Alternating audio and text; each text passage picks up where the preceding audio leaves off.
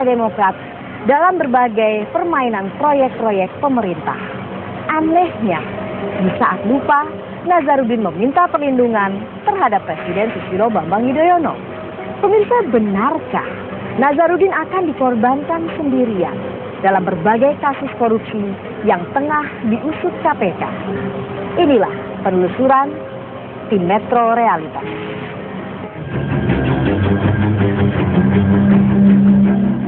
Untuk pertama kalinya, Muhammad Nazarudin menjalani pemeriksaan di gedung KPK. Kedatangan sang mantan bendahara umum Partai Demokrat ini langsung membuat gaduh gedung KPK.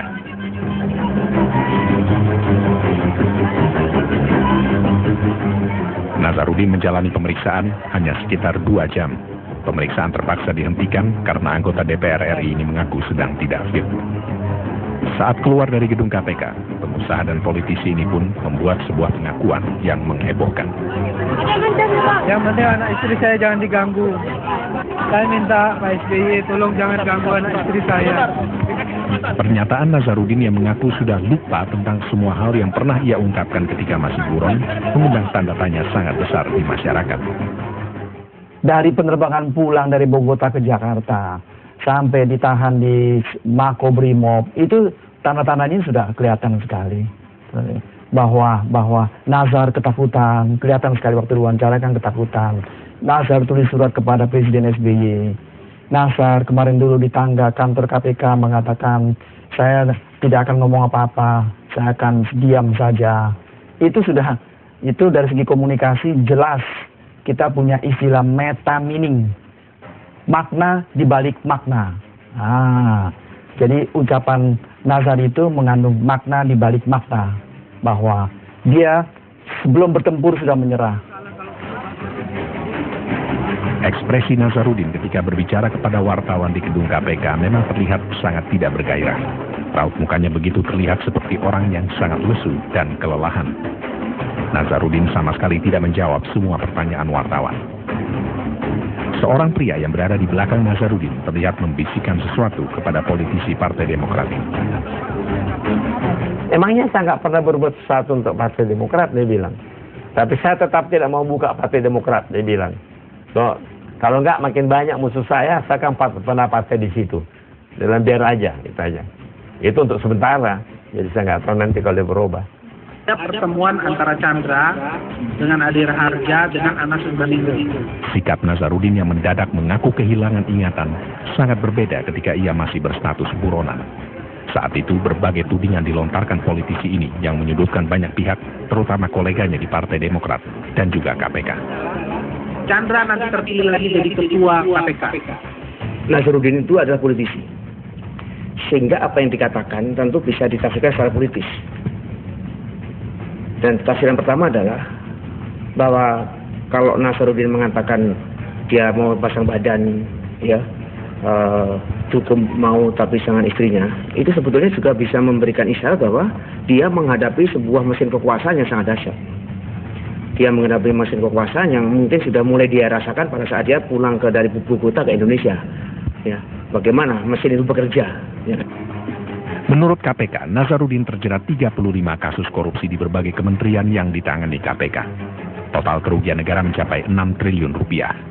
Kuat dugaan, Nazar tidak bermain sendirian dalam semua kasus itu. Nazarudin ini kan orang yang orang yang masih muda, orang yang saya kira tentu ada pengalaman dagang, tapi tidak bisa saya kira dia bisa menggerakkan semua kekuatan sehingga menurut ketua KPK proyek yang ditangani minimum setidaknya berjumlah 6 triliun rupiah. Itu kekuatan apa yang bisa menggerakkan seperti itu? Ya, pasti dia hanya merupakan ujung tombak dari suatu kekuatan yang sangat besar. Nah, tapi dia sekarang merasakan bahwa ternyata kekuatan yang sangat besar itu kemudian menciderai dirinya. Ini saya kira yang terjadi terhadap Nazarudin. Sikap yang sangat berbeda mulai terlihat sejak Nazar tiba di Jakarta. Ia terlihat sangat tertekan. Persoalannya adalah pada tahap pertama seperti ini, sebetulnya seseorang yang sedang bermasalah hukum seperti Nazarudin akan sangat rentan terhadap berbagai macam bentuk manipulasi psikologis.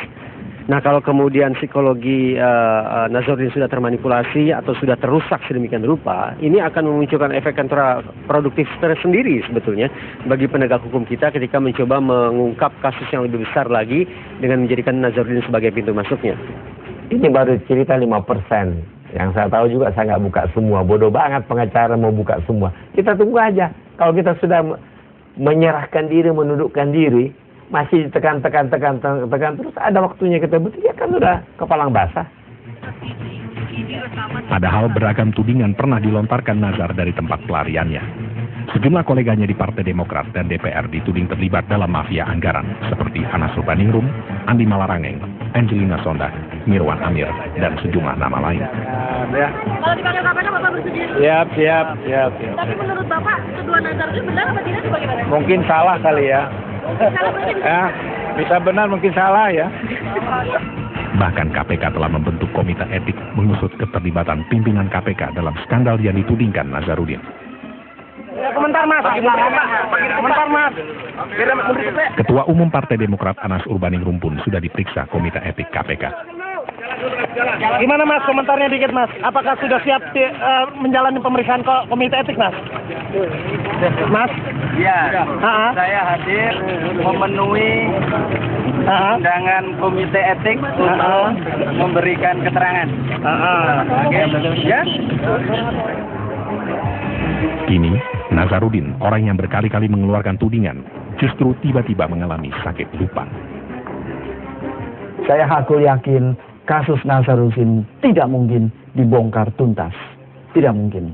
Jadi tidak bisa dijadikan sebagai pintu masuk untuk bongkar, tidak bisa. Kenapa tidak bisa? Karena terkait dengan banyak petinggi dari Partai Demokrat.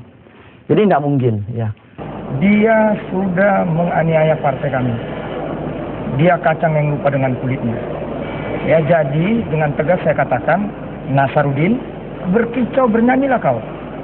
Ya, kami tidak perlu kau beri belas kasihan.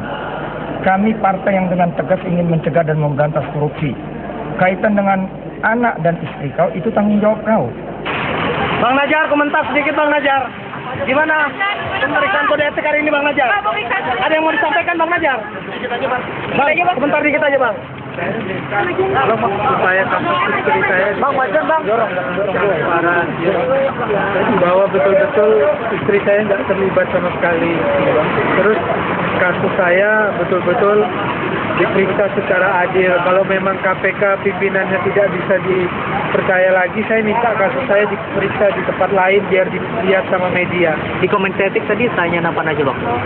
Kalau di komisi etik, saya belum mau menjawab sebelum saya diminta. Bang, ada ancaman ya Bang? Tekanan Makobrimob itu apa? Nazarudin mengaku tidak aman bila ditahan di Makobrimob Kelapa II. Benarkah Nazarudin terancam bila berani bernyanyi lantang di KPK? Metro Realitas akan segera kembali.